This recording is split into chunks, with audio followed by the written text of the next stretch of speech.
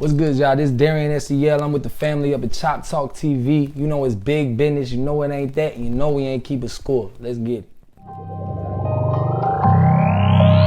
It's a Being production.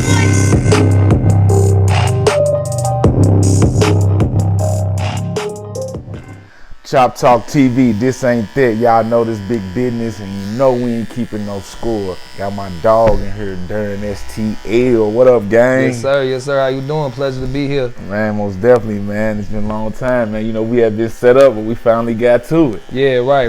Yeah, you know things be, people be having things going on, so I don't never get, too pushed about it. I know it's gonna happen when it's supposed to. Absolutely, like we were just saying, you know, when the universe align it, it's gonna come. Yeah, you know what I'm saying.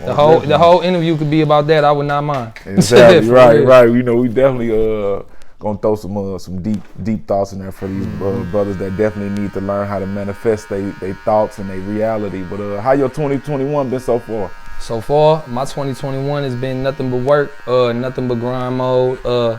I think I put a few videos out that Blanco posted a few. I basically was telling people, 2021 I wasn't really gonna do any no sitting down for real. I was just going full force with it and manifesting nothing but positivity for me and everybody around me. And hopefully that breaks the levee and that water flows onto the city as well. With anything I can possibly come with, I hope that it brings, the same type of look to the whole city. That's what's up, man. How was your 2020, man? 2020 was a little rough for a few people, man. Was yours kind of rough, or 2020 was eye-opening for me because for me, being a single father, 2020 was around. I ain't gonna get too much into it, but it was about the time where I had to really step up as a full-time single father. Okay. And just going through that, especially during the pandemic, and being somebody that does music, and music isn't necessarily the most paying gig, especially when you're not on. Right. And luckily, I'm blessed enough to make money from features and things like that when I need to. Yeah, but it forced me to get out of the what's the word I'm looking for? It forced me to get out of the worker position and step into my boss position, my CEO position, and really take control of my life. So I think it's a blessing for real. I'm happy about 2020 and 2021 and 2022 gonna be even better. Right. You got I know you got some mixtapes out and shit, don't you? You got mixtapes, yes, sir. EPs. What all you got out right now? I got a few different. Right now, I got a few different projects out. I got hold on real quick. Sakara, hey, you gonna have to sit over there, cause you being too loud. Sit over there. Sit over there with her now. Yeah, we got the princess. We Chop Talk TV, man. She gotta learn, man. She don't listen.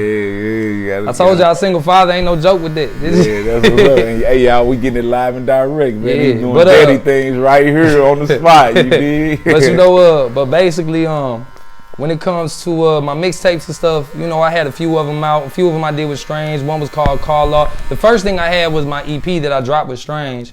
And that was an EP. Basically, when they signed me, it was just old music. I was like, this is just content, we could just put it out. Okay. But what happened is when Strange signed me, they wanted me to be like Justin Bieber.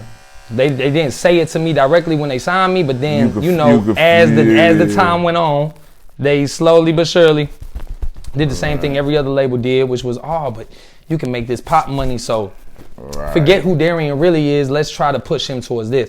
And it's like I tell all the labels before, I was like, I don't got no problem doing pop, but I want to do it right. I want people to know who I am first. I don't want them to get this, almost like they was pushing these videos of me, these songs of me that were very PG. It was like, the songs, I would write the songs, but they wouldn't pick the songs that I was writing that was telling my whole story, that was really crafting me as an artist to say, yo, this is the rated R version of Darrian. And this brings you in his life, because one of the biggest things back in the day, there was a producer I worked with. I still love him to this day. Still like a brother to me. His name was Swift. Used to always be out of TMG with Spiffy and them. Used to produce with H, with Ching Yi, and all type of people before he moved to Atlanta. Right. But every label we went to, he used to always tell me, he said, Darrian, man, look, slow and steady win the race. We don't need to blow up overnight. It's better for us to blow up with a slow grind and build our fan base like that, so you have dedicated fans. And I always took that real to heart, especially with what I want to do with my music. So if y'all do go to my older mixtapes, the things that are out, you might not really like them as much as what I have in store coming up of what I've been planning. Right. I've always been musically talented. Right. But when it comes to the stuff that I have that's really like me talking to you from my soul, I really, really advise that you stick around and watch what's about to happen, because the new stuff I have is so, it's really me talking to you, you know, about my real life, about, you know, the things that really I'm passionate about with this music. And that was with Tech Nine then, wasn't it?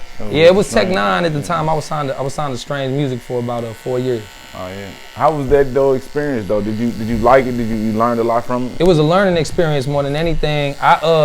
It's almost like going to college. You know, like I feel like college, you get learning experience, you meet connections that you need. But personally, the way I feel with any artist, labels are completely so unnecessary in 2021. It's ridiculous. Right. But what happened for me more, like I said, it was more like a college experience. I met connections that I was able to utilize in my day-to-day life as an independent artist, and doing this all on my own. I learned a lot of the ins and the outs of the behind the scenes of how sketchy things can be, and how you really do have to pay attention to what's on that paper, or you can be locked up for years. Yeah. Not moving, just stagnant. And now, even though today's world, yes, I think it is impossible for a label to blackball you and shelf you. True. But it's very hard for you to get certain things moving. If there's certain, like you like, let's say you have a situation, you might be able to go do this business venture with somebody that could put a lot of money in your pocket, that could have been used to promote your project to really blow you up, because it's all about the bag you got. If you got the bag behind it, whether it's a drug dealer bag, whether it's a label bag, it's both the same bag if you ask me. Yeah, still a bag. No matter what bag you put towards it, you need that bag in order to blow it up. And once you got that bag to blow it up, that's your stuff. So while they can't blackball you anymore and stop you from dropping music, it makes it harder for you to make the money to drop the music. Exactly. See what I'm saying? Exactly. That's what it comes down to. Yeah. Where you grew up, man? Where you resided at, man? I was born in Castle Point, but I moved away from Castle Point around the age of like 6 years old, and I went to Dogtown with my dad, because he wanted to get me out of, you know, Castle Point's a lot rougher than Dogtown, obviously. Right. So he wanted to get me away from that, but I grew up in Dogtown, but when I was growing up, all we did was music. I tell people this all the time. My dad's side of the family had a lot of money, because they own factories, they got bread, they good, right? But my dad was broke, so I was broke. We was the black sheep of the family. Like, if we went out, like, they invite us to stuff, but we was never really invited. You know what I'm saying? It'd be on some, oh, hey, surprise, you know what I'm saying? Exactly. So I had this way of basically seeing both sides of the fence, of how to grow up on both sides of the fence, and I got to see the difference between growing up when I was growing up in Dogtown. I went to predominantly black school. I went to all my schools was visual performing arts schools. Okay. Shaw, then Carlane, then Central, and then also U City, because I moved to U City around the age of around 2010, right? So like my high school year, after freshman year, I was in U City. But you know, it's still public schools, still predominantly black schools, and I got to grow up around nothing but mostly black people, black friends. Right. And you know, I was broke. We all was none of us really had bread like that. So when I got to go to my family's side of the fence, I got to see the difference in growing up in these two environments, which is why I was always so passionate about telling labels, look, I don't just want to be a pop artist. I have a story. That's and I have lessons, I have messages.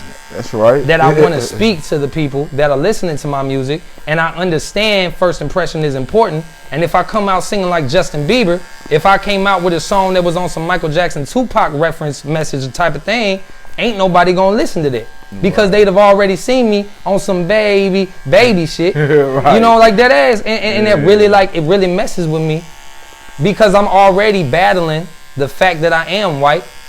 True. And it's like you can't really speak a lot. I understand it, and I'm completely fine with it. I'm not even mad at it. I just want people to understand that I'm very passionate about changing the environment that we come from as a unified together, coming from a lower income poverty standpoint. the systems that everybody come with white that. don't got money. Oh no! Hey, look, that's why. You know what I'm saying? That's why. Check Straight this. up. And this might be jumping to a next question, but just to go off of what you just said, on my new album, I have a song called "The White Man." Oh yeah. And the song it speaks on the white man. It says a white man isn't the white man. There's difference in that, and the importance I pushed in that song is the fact that there's so many. I feel like there's so many systems that hold not only poverty where they are, but the black race in itself gets held back because I watch it, and it hurts me to watch it sometimes. Right. Where I see that it's almost like you walk into a bathroom and you see that there's a water leak somewhere, and you check in the bathroom, you check in the toilet because you think the toilet leaking, but it's the ceiling. You don't know what the real problem is, and when the real problem isn't known, you can't fix the problem. Right. And I've seen so many times happening like it's like it becomes race too much.